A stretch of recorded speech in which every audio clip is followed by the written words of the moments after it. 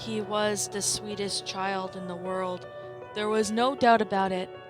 The moment he was born, people gathered around the nursery, pointing at his sleeping form and groaning. What a gorgeous hair! What beautiful lips! What adorable chubby cheeks! Fathers ignored their own newborn children in favor of that tiny perfect baby. Mothers have toddled over to the glass and pressed their entire faces against it, crying for the little poor fortune. How can much better life would be if that was their child? The nurse that delivered him was amazing. When she first held him in her arms, his skin was creamy and white, not the malted pink like every other baby sported. At first she thought he was dead, but his eyes shut and his brown curls matted against his skull. As soon as she held him, however, she knew he was just fine.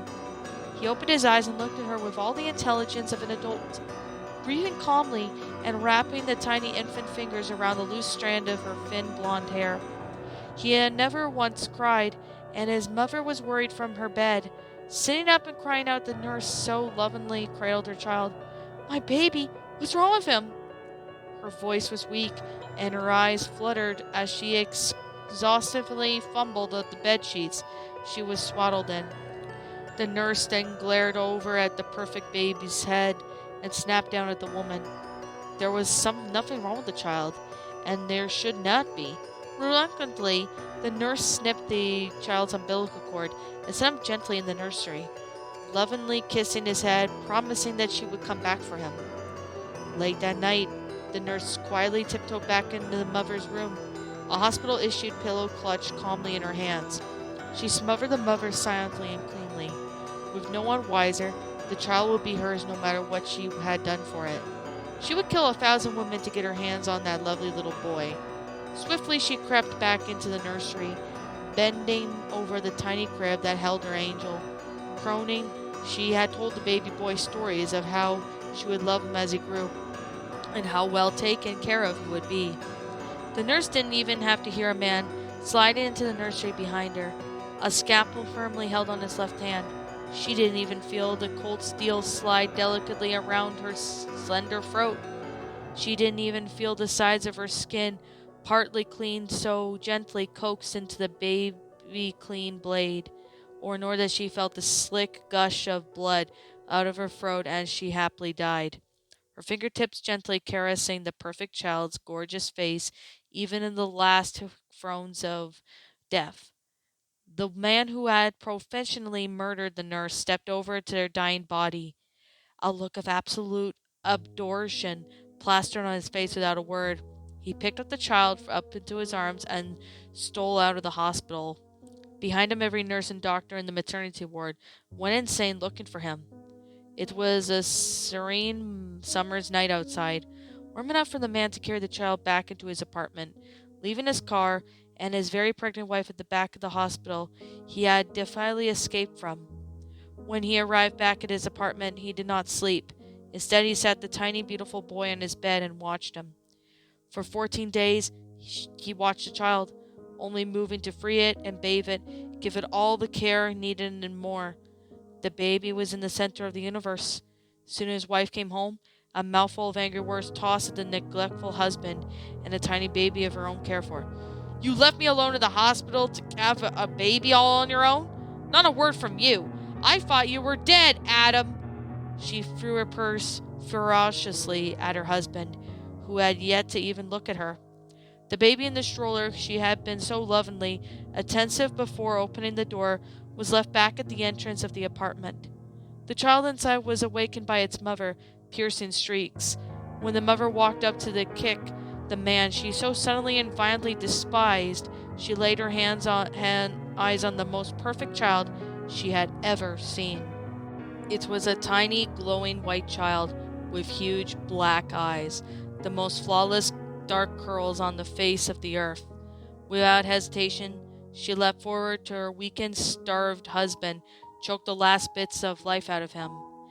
Desperate to lay her lips against the child, watching his face turn increasingly blue and frantic the tighter, she pulled her longing fingers around his neck. Moments later, she was on the bed, wrapped tightly around the darling baby, and she would be without harming it. She drank in with its warmth, ignoring the increasingly distressed cries of her own child.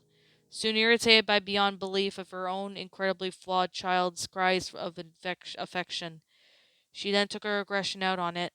Leaping up from the bed, she quickly as she could, not wanting to be away from the vision of the beauty sleeping serenely on her bed for far too long.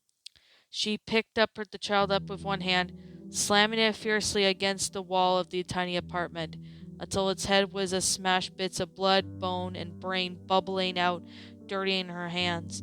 The police that came knocking on the apartment door, for not that too much longer, terrified the vicious noise in the apartment beside them. The family next door had dialed 911, reporting domestic abuse. Cautiously, the hands on the guns rested on their hips. The two police entered the apartment. Upon entering, their noises were assaulted with awful, severe smells. Rot, death, and the smell of someone who had been sitting on their own filth for 2 weeks waffled throughout the air of the stuffy apartment. It didn't take long for the officers to see the destruction that had occurred at the place. A gaunt dead husband, dragged half-heartedly into the hallway. His hair was matted with blood. The younger officer swayed on his feet, threatening to faint. "Listen, Trudeau, sir. I have a pregnant wife at home. I can't do this. I can't get killed in here." His plea was quiet and despondent, but the elder officer was simple and waved the man forward. They could hear cooing in the bedroom, down the hall, and stepping over on the dead man that laid at the entrance.